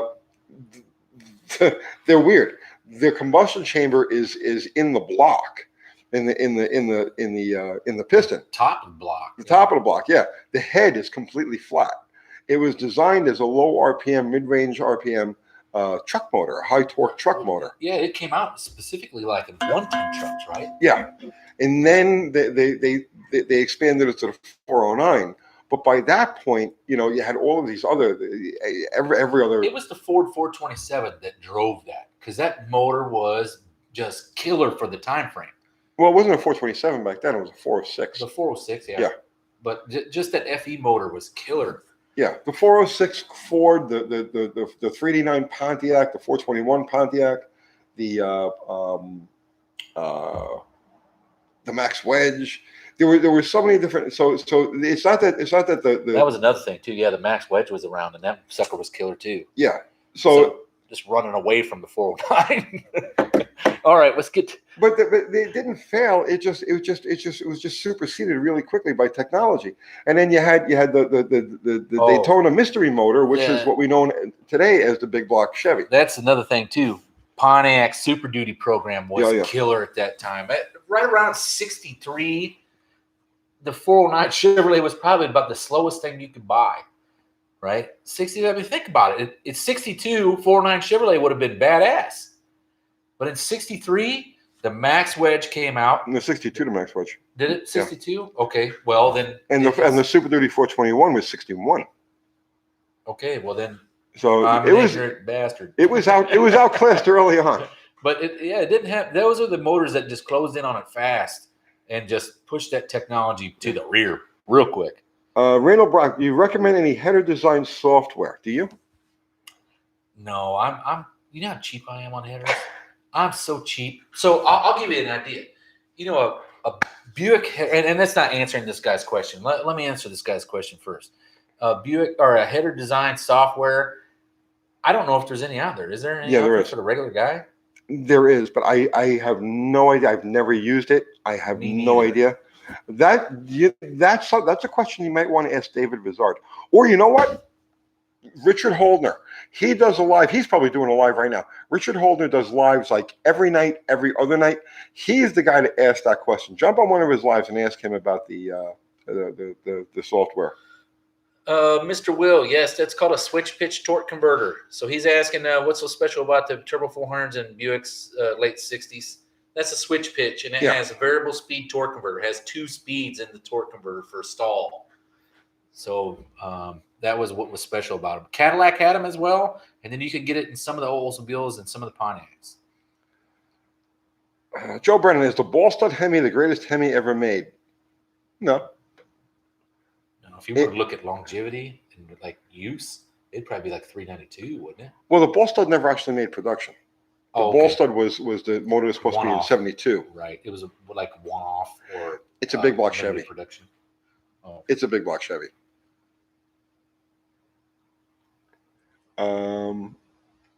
Wild Rose Garage, they made 425 horsepower 409s with 2 4-valves. They came in a Pala SS. Yeah. But the motor was rated that high. I don't think they actually made that much power. And they certainly didn't make it up in the RPM range that the other engines were capable of. No, those motors they're about like a Buick engine with a flat torque curve on them. They were probably comparable to like a 425 Nailhead at the time.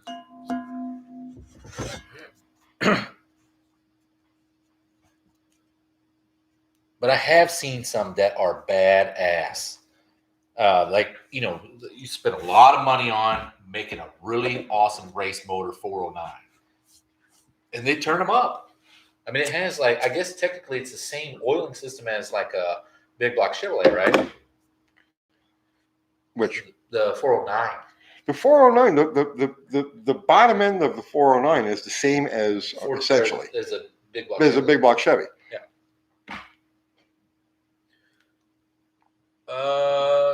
They did make a 427 cubic inch one, but I think it was only NASCAR. I don't know about drag pack. What's that? Somebody's saying they made a 427 inch W series. The Z11.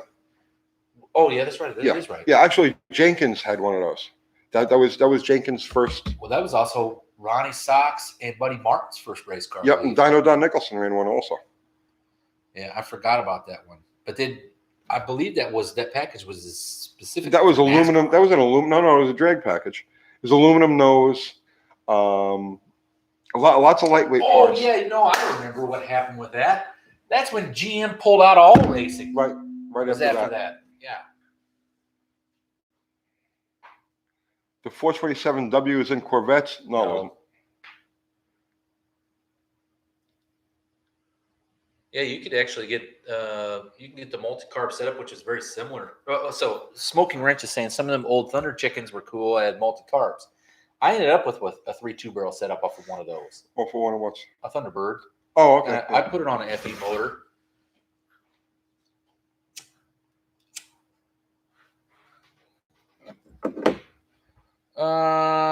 Magic. What does it say? Carnavalcio, whatever. Thanks so much for answering my Buick 350 question. I currently has points in it, and I'm considering switching to HEI. Properly done points or HEI conversion. I stick with the points.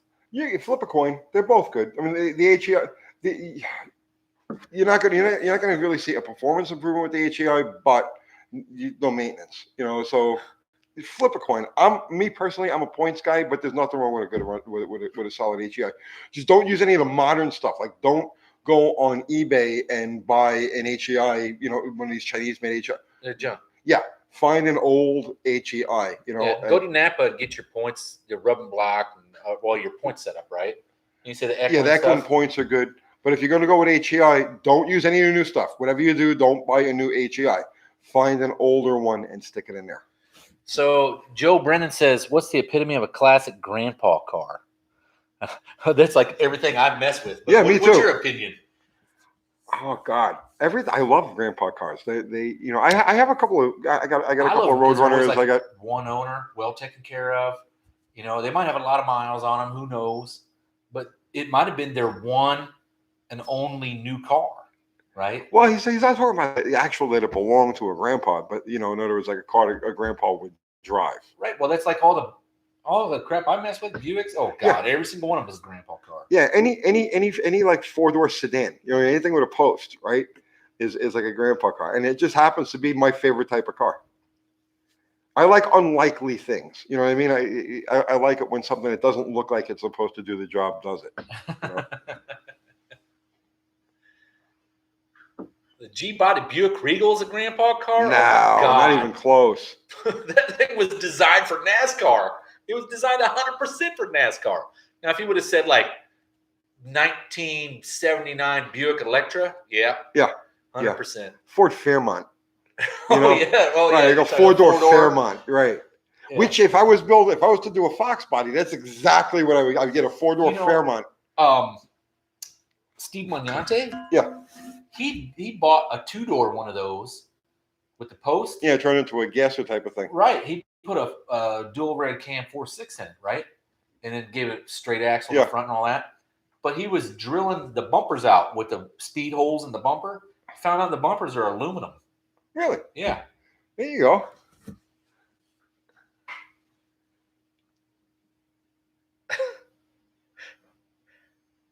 Okay. 70 Falcon 4-door with 429 Cobra Jet. That would be a good one too, because that's the unloved Falcon, right? That was the last year of them.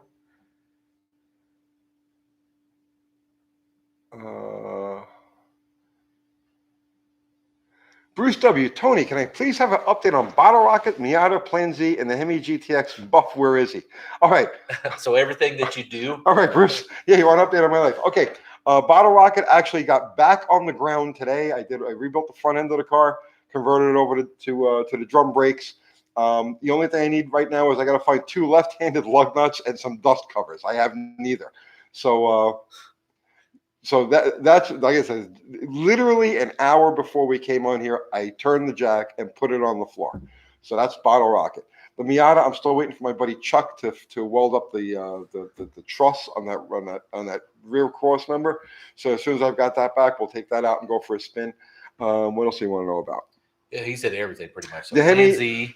Plan Z is just sitting there right now. To go to the track. I just got the tires the other day. We got to get mounted tires on it, but I want to get Bottle Rocket to the track before I screw around with Plan Z. So that's that. And the Hemi GTX. The Hemi GTX, I've got to run the block over to Ray Barton's in Pennsylvania, and I'm probably going to do that the same weekend as Carlisle. So far? Because Ray Barton. Well, it is. I mean, he is the Hemi guy. Yeah. Right? Ray's an old friend of mine, and I haven't seen him in about 25 years, so I'm looking forward to catching up with him. Very cool. So, but yeah, and so that's basically the update on everything we've got. And then Buff is what you would call incognito. Buff will be back soon enough. I just talked to Buff. I was just on the phone with Buff the other day. He'll be back soon enough, and when he comes back, he's gonna take a very active role in the channel.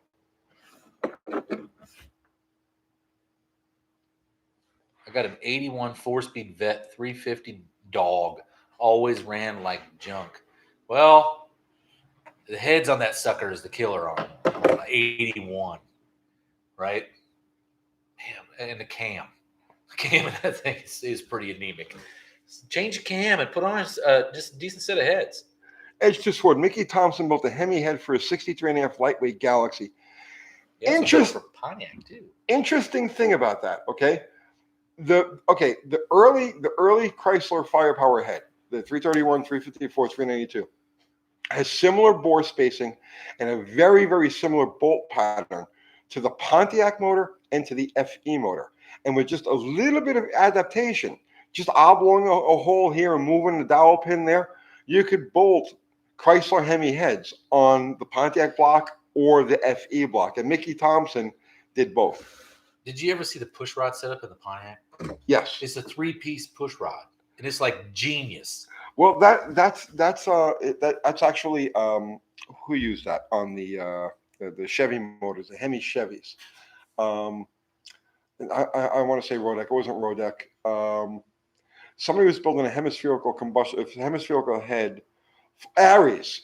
Okay. Aries built a copy of the early Chrysler head for the big block Chevy, and they used a 3-piece. Was it the intake rocker? It was the exhaust rocker. The 3-piece exhaust rocker. So the push rod come up in normal position, and then there was an intermediate rocker, and then a short push rod, and then the exhaust rocker. Really crazy mousetrap thing, but it was stable. They worked to like 8,000 RPM. Well, so I'm not even going to try to say that. Schnepfenjagger. If a TRX, is it worth it? I don't know what a TRX is. That's that truck with the Hellcat motor in it. Oh. Jeez, I don't know, man. I'm very not in tune with the whole New Hellcat stuff. new stuff thing. Mr. Will, I think that's a pretty cool ride. 72 LeSabre convertible. Yeah. One owner, right? He's like, is this cool? Like, hell yeah, that's cool. I'd cruise the hell out of that, man. Yeah, if you don't beat on that it probably has a big block in it, the 455. If you don't beat on it real hard, they get decent mileage. Tom Hughes says Dominion made a 4-valve per cylinder head Chevy. Yeah, a couple of people did. There was a Cosworth Chevy head 4-valve per cylinder. There was a You see that crazy thing? I think Crower actually had.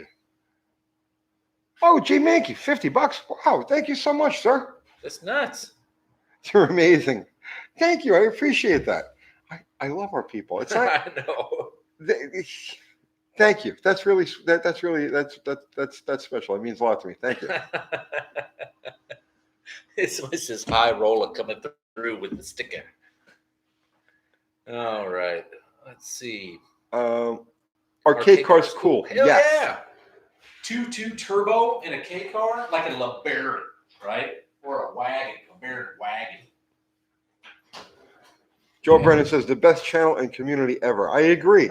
Well, I don't know about the channel. I don't want to brag on my channel, but I think we have the best community. Community's definitely. awesome. They always have been. Vinny LC, I had a Chrysler K car with a bench seat. It was awesome. I always wanted the Rampage, the truck, the El Camino truck. See, because you said Mopar never made anything like this, but they did. No, they didn't. No, They I don't made a count. K-car. I don't count the Rampage as in the same league as an El Camino or a Ranchero, which rear-wheel were drive. rear-wheel drive, full V8. size. You could really use it as a car truck. You know what I'm saying? The Rampage was a novelty. It was very light duty. You know what I mean? Ford made one too. Did you know that? Called the Durango. It's based off a Fairmont box body, but it's a truck. I never saw that. Oh man, them suckers are rare as hen's teeth. But it was called a Durango. It was the first one called the Durango. Jonathan Couchy, what is the most horsepower you've gotten out of a 2-barrel 318? I've never had a 2-barrel 318 on a dyno, so I couldn't guess at that. I think that you could probably get kissing close to 290, 300 horsepower out of a 318 2-barrel, but it would have to be a very high science motor. Stock eliminator guys do it all the time. So CBR Turbo 72 says if it wasn't for the K car, we wouldn't have the Hellcat. That's the truth. If it wasn't for the K car, you wouldn't have Chrysler, right? That's the truth. All right, that car saved Chrysler in the 80s. Lee Iacocca did that. Here's a spoiler for a video I'm going to do soon. We're going to have a little break in like, because I'm working. I'm turning wrenches all day. It's crazy, right? When I have a little break, here's a teaser for a video I'm going to work on. Did you know? You didn't. I know you didn't know. Nobody knows. Nobody knows this. I know something nobody knows, right? Okay.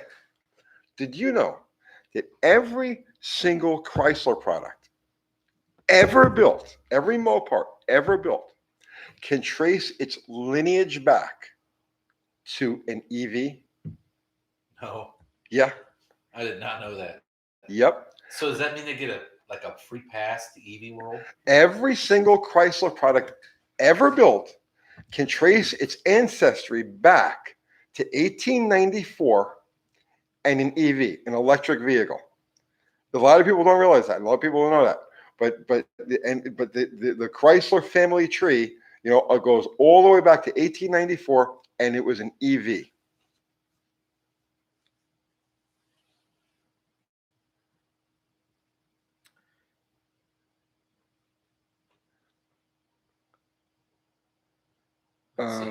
Is that mic drop? Is that what that is?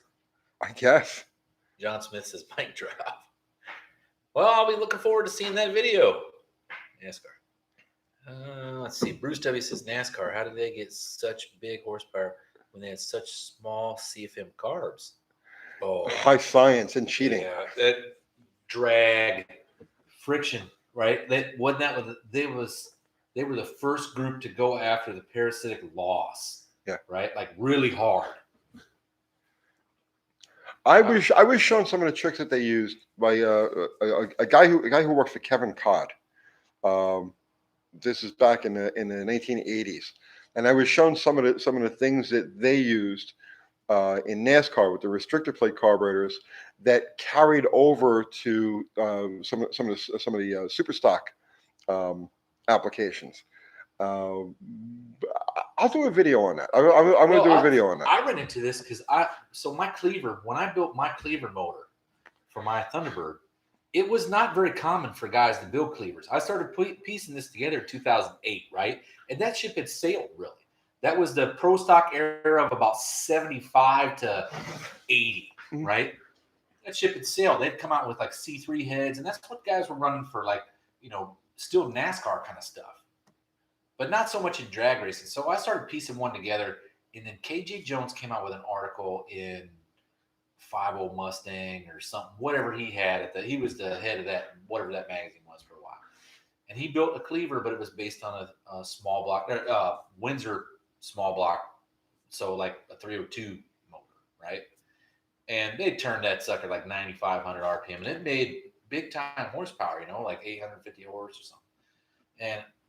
And he gave me an idea. Like, I was building a 351 Windsor based motor, and I was having a hard time dealing with pistons and rods, right?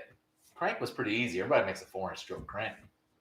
But pistons and rods were really hard to come by because everybody was running 9.2 deck, which is a Cleveland deck height, or the 8.2, or even they had an 8.7, and I think there's a 9 in there somewhere, but it was all limited for NASCAR use, right? Well, I decided, hey, let me see if I can find some old NASCAR pieces, right? I'll make this simple. Well, it turns out 2007, 2008, there was only a few guys on eBay selling old NASCAR pieces. And I bought a set of brand new pistons that came, when I got them, they were probably the most exotic looking thing I've ever got for a car in my life, right? It had 43 thousandths rings. At the time, nobody was running those. I mean, I'm sure they were early 2000s in NASCAR, but nobody else was running them. Right. And then it had coatings all over the whole piston, right? But it had gas ports, which came out probably in the 70s. When did the Grunt make that? 70s. Yeah. Okay. And then it had gas ports in the ring lands, right? On the back side of the ring land. Okay. I'd never seen that before, but they were directing gas pressure out on the ring itself. Yeah. Right. But then it got to the wrist pin, and the piston had been shaved down so much, it only had a 2-inch wide wrist pin. Okay. And then the diameter of the wrist pin was like, oh God, some ungodly small, like 7.67. Yeah. Like a Honda. Well, the wrist pins that came with it came in a box, and the wrist pins weighed nothing. I took them out. I thought the box was like, no, there's only going to be one wrist pin. Right. Opened it up. It's all 8. And I took them out, and they're black, completely black. I'd never seen anything like that in my life. And they were gun drilled to where they were real thin, and they were super lightweight. But I had to look it up, and these things are what they call DLC, I think is what it's called, diamond-like coating. Okay, yeah, I'm familiar with that. Carbon-impregnated steel. Yeah. That actually loses. The hotter it gets, it lubricates the area, right? Carbon will come out of the surface of the metal and lubricate the area around it. It was high science, craziest stuff. That's what you got in the motor now? That's what I got in there now. But it was like, I bought those pistons and those wrist pins for like $200. I know the wrist pins were like, had to be $2,000, right? But it was pretty neat. Well, I heard NASCAR guys were doing some work on the intake right below the restrictor plate that helped. All sorts of science on that, and a lot of cheating. They were figuring all different ways to get air into those motors. Well, the best one I ever heard was the regulated vacuum leak. You never heard that? Yeah, I've heard all sorts of. Okay, so you get like a 1-inch diameter vacuum hose, right? And it's hooked up to a valve. And when you get going down the track, you got it jetted rich, right? Lean that sucker out, going wide open throttle, and it'll start pulling air. There's nothing saying you can't have a vacuum leak, right? So that was the funniest thing I ever heard. Tom Mew says I need to watch his Piston Secret video. Oh, does he have something kind of cool for that, like those NASCAR style pistons? I thought that was pretty cool. Well, what you watch this video? Tom gonna Hughes have has got to. a great channel. Well, he's the one that did the piston swap thing, Yeah. right? That he did the science behind it. UT can't wait for your 360 Jaguar XJS build. Uncle Kathy wants a Jag. We may end up with one. You're talking a 60s Jag? Yeah, Can you afford to even buy one An of those E-Type? anymore? oh, They're really expensive, aren't they? Mopar Man 1978. Welcome, buddy. Brad G, EV from Chrysler. I never read that in Walter Chrysler's book, Life of an American Workman. Can you explain? It actually happened before Walter Chrysler. Actually, Walter P was probably still like in school at the time that this happened.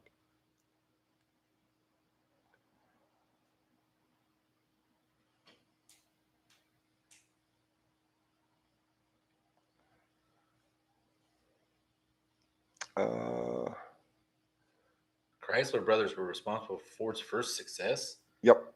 Is that true? Yeah. Model A? Yeah, they built the chassis. Did they really? Yeah. I did not know that. Paul Cabazzola, close, pre-Maxwell.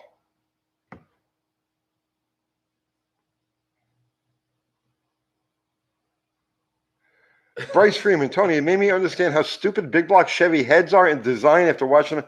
The big block Chevy is a beautiful cylinder head. Where would you get that from? Oh, there you go. Dallas and Tony, what's your favorite British sports car? I like 289 Sunbeam Tigers. I like Sunbeam Tigers too. I like MGBs. There's really nothing. Yeah. I like the TDs. They look so much classier. You know, I don't really like anything exotic. Really? Simple. The B, but I mean the Bs there's still a ton of them running around, sure. But that is a good looking car. What did they make that to? Like 78? Something like that. But that's the Miata reminded me of that. Oh, really? Yeah, I always wanted to find one of those Rovers that was like from that era, like 68 to 72. Right?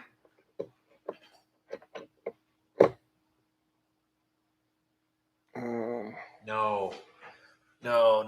Okay, Chris Greenaway, UTG, wouldn't the Chrysler turbine car be engineered to be as economical as the EV? You'd like to think that, but it's like the opposite. It didn't work out that way. Yeah, the turbine spins at such a high speed, and the velocity through the turbine requires so much fuel. Yeah. Remember, those things idle at 20,000 RPM. Yeah. Dakota says this MG has your name all over it.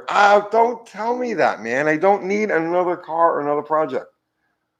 Oh, Brian McKinnon, Buick by 231 Oddfire. Cam, your thoughts? Oh, man, I don't know if I'd even spend the money to put a cam in it. Well, I mean, anything that works on the Buick V8, right, is going to work on. Oh, it'll work on that 231. The Oddfire or even Fire doesn't matter. They both run pretty good. Yeah, the cylinder heads and combustion chambers are the same as the it's V8. Actually exactly the same, except for it's missing 2 cylinders in the rear.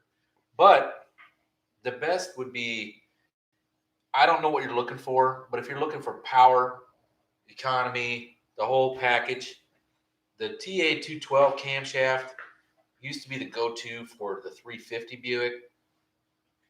I don't know how desirable it would be on a 231 because it has a little shorter stroke, but I think it would probably be a pretty decent camshaft for that Oddfire 231. I don't know if TA makes one, to be honest with you. If not, Crowder probably has something very comparable because they have stuff for the 231 Oddfires. Puffalopicus. What was the truth behind them crushing the turbine cars? They couldn't sell them to the public. There was no replacement parts. There was no warranty parts. There was just an experiment, and they were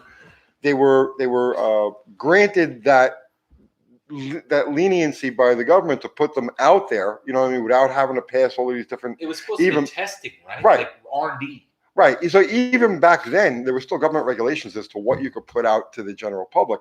And they made exceptions for the turbine because it was an experiment. But the thing is, It was just that. It was an experiment. So they had to crush them when they were done with it. They couldn't just sell them to the public. They were allowed to save a few of them for the museum and for posterity and all that stuff, but none of them could be actually sold to the public, and that's why they crushed them. So JVVIS is asking Buick or Hemi. I've said this, I think, a bunch of times. I would go with the Hemi. I don't know if I said that, but the Buick bottom end for the big blocks is really weak, right? The heads are awesome.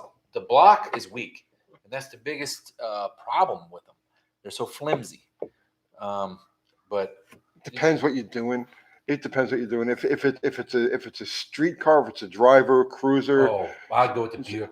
the Buick, no question about it.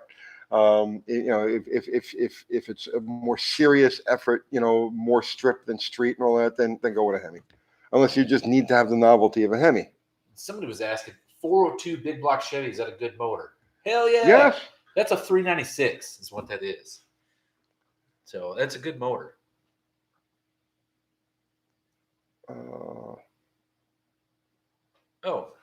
Here you go. Mr. Tony, do you know anything about the Chrysler 9 1/4 diffs? I'm going to use one in a Hemi swap. Weak spider gears. They're good rears.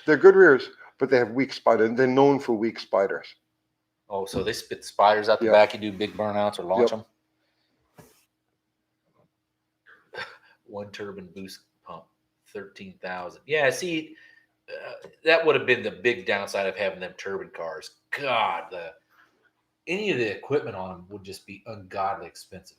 Dakota wants to know which style Hemi heads fit on Pontiacs and FEs. The early Chrysler Firepower is a 331, 354, 392. There was a set of those Pontiac Mickey Thompson heads for sale on eBay in about 2010. Yeah, I remember that. They were like $25,000.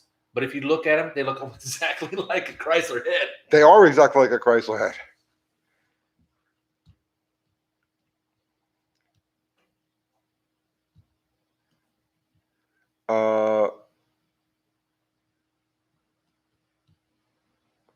John Wilburn says the 9 1/4s have fragile sugar up units. Probably. Jonathan Crouchy, $5. Thank you, sir. Do a build on the Cadillac 4.1 V8. Oh, geez. It would be fun as it blows up the first time down the track. What was the issue with these engines? No, they didn't blow up. They're actually people use they were okay in regular use, right? They were head gasket eaters, right? And tell them why though, because it did the whole motor backwards. Well, you got there are a couple of issues with them. The first was porous castings. The water jackets on the outside of the block used to sweat antifreeze. Oh, really? The first couple of years of those, they would actually sweat antifreeze. You'd park the car, it would be hot. You'd park the car, it'd be antifreeze on the floor. You think it's a water pump or a radiator or something? No, it actually sweats out of the pores of the block. Well, the things that I know was the block was aluminum. The heads were cast iron, right? And the idea was, in my personal opinion, that's backwards, right? Put an aluminum head on a cast iron block, it would have been much more robust, and it would have ran on lower octane fuel and have higher compression or more timing. But that was the oddity behind those, was the cast iron head on the aluminum block. But when you do that, you have two dissimilar metals, right? And you got water running through both of them. So you have electrolysis from the water being traveling through there, and then you have the two dissimilar metals, which one will freely give up electrons. Well, it's 3 dissimilar metals. Was it 3? Yeah, because you got the cast iron, the aluminum, and the stainless in the head gasket. Oh, well, the block would give up the electrons so bad, the block would almost deteriorate in front of your eyes. GM, to fix these things, came up with a sealer, okay? It was these pellets. You buy a package of 5 of these pellets. They were about the size of like a quarter, right, diameter, and maybe like a ½ inch thick, and they were made of tree bark or it was some kind of root, if I'm not mistaken. It was brown, okay, and it was either tree bark or tree root. I forget what it was.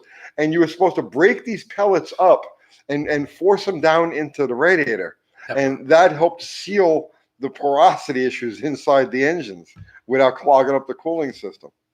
Yeah, pepper. No, they did run good, but man, there was a lot of them in the junkyard all about the same time, right? Mm. They'd be stacked up like cordwood. Uh, Ruckwarts one says bad cams. Tighten the alternator belt and get a crank main bearing knock. Kyle Wagner, your Olds 350 diesel block is a pretty stout motor. Matter of fact, in 78 or 9. that's what the pro stock motors are based off of. Exactly. Yep. They were building pro stock motors out. There was one that ran an AHRA that was a 403 Oldsmobile powered Trans Am, and it actually ruled pro stock. And back then, okay, here we'll get into a little bit of the AHRA drag racing history stuff here real quick because we got about 10 minutes left. Okay. But, and I don't know if you know this, but yeah, I'm sure you do. Pro stock was originally just a class that was called Heads Up Super Stock. Everybody wanted to see a class beyond super stock, right? So they went and petitioned for a class beyond super stock. Well, when the NHRA adopted pro stock in 1970, which they just took the same format the AHRA had and called it pro stock, right? It kind of ran its course at about 1978 or 9. The money was already killing it. And there was a few things that they did to make things a little bit better, like 500 cubic inch limit, but all that was just kind of patchwork till you see what you got today. But the AHRA went a different direction, and they allowed you to run a big block up to 500 something cubes, 500 cubes probably, or you could run a small block on nitrous. That's right. Yeah, I forgot about that. And it totally revived pro stock in the AHRA. Well, that class, if you know how somewhat of the history works at that period, you had the nitrous oxide small blocks, which is where, if you ever heard of Animal Jim Foyer, Animal Jim started in AHRA and UDRA pro stock running small blocks with nitrous, and then it evolved into pro mod. That's right. That's right. I forgot about that. Yeah, but that 403 was killer. It had to be the diesel block version because the regular 403 had what they called windowed mains. Okay. Yeah, the old 403 is a junk motor. Windowed mains killed it. Yeah. You couldn't really turn them up, but it was a killer small block. Big bore, short stroke. Did you hear that John McAfee died? The computer programmer that became a pirate. Yeah, I think I heard something about that, but I'm really not familiar with him. Ruckwarts 5.7 diesel still give me nightmares. Yeah, if it's a diesel, it probably did give you nightmares. They came in the trucks though, and that's what my Buick Suburban swap possible is because they came with that Olds diesel, and they're all drilled for the small block.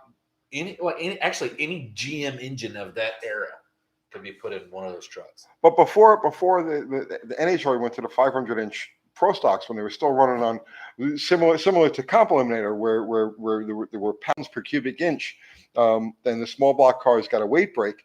That Oldsmobile diesel block was a force to be reckoned with. Yeah, it was a game changer.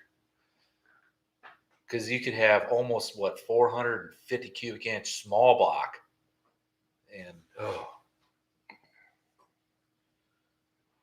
if the 403 had solid mains, it would have killed anything it came up against. Conrad, have you ever worked with or driven a 403 Olds? No. Sorry, it's a stone. It's a low compression, bad cylinder head, real low compression. No cam, no power, nothing. Terrible motor. But it did have a big bore. If you would have put a 330 crank in there, it didn't have windowed mains, up to compression, and put a good big block head on it, it probably would have been something to reckon with. Sean the person, can eggs in a radiator mess up the cooling system? I've used that. I can't tell you how many hundreds of times. No, they work fine. Eggs and black pepper are the two go-to things if you got a radiator leak. They don't hurt anything. Bridgie, Tony, ever go to any of the street races in Long Island? Yeah, I used to run Deer Park quite often. Oh, did you ever see any of the legends up there, like Brooklyn Heavy? Or Yeah. They were all out there running when you were? Levi Holmes is a friend of mine. Huh. The guy who took me under his wing, and taught me a lot of gave me a lot of the. He didn't teach me anything, but he put me on the right path as far as how to think and how to work. You know what I mean? Yeah. Right? Was a guy named Barry Petard. Oh yeah, you told me about it. Who was one of the Mutt brothers. Right. So yeah, I actually I have some royalty in my history. Yeah, well, if you don't know, if our viewers don't know who Brooklyn Heavy is, he was famous for virtually taking a pro stock car and street racing it. Well, it wasn't just him. It was there was quite a few of them, but yeah.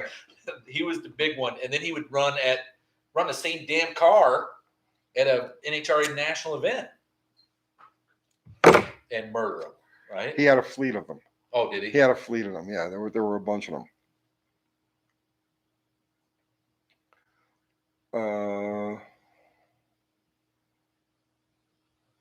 Gearhead, if it stocked me out of blows your doors off, would you be pissed? No, why would I be pissed? I'll just do what I have to do to try to make it go faster. That's the whole point.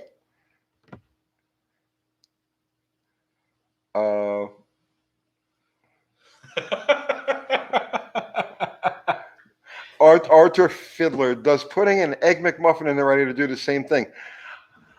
Yeah, Egg McMuffin might be a bit much. Yeah, I could see. Leave the muffin out. Yeah. Well, the sausage too. The sausage might clog some of the smaller passages, like like steam holes. Sometimes they have between the solar head and the deck. Yeah. So an Egg McMuffin's not a good idea. Yeah, the other ones have Canadian bacon on them, so it probably starts Canadian smelling bacon badass once they get warm. Yeah, but Canadian bacon could also clog small passages. All right. Roy Ferntrop, just get a new radiator. They're cheap. When you're in the middle of a road trip or whatever it is, and the radiator starts leaking, you don't just pull a radiator out of your ass. Did I tell you I had a '92 Caprice wagon, right? One of them rounded looking ones, and I loved it. It had 280,000 miles on it. It was a total turd, but I got it for nothing, and I drove it for 2 years.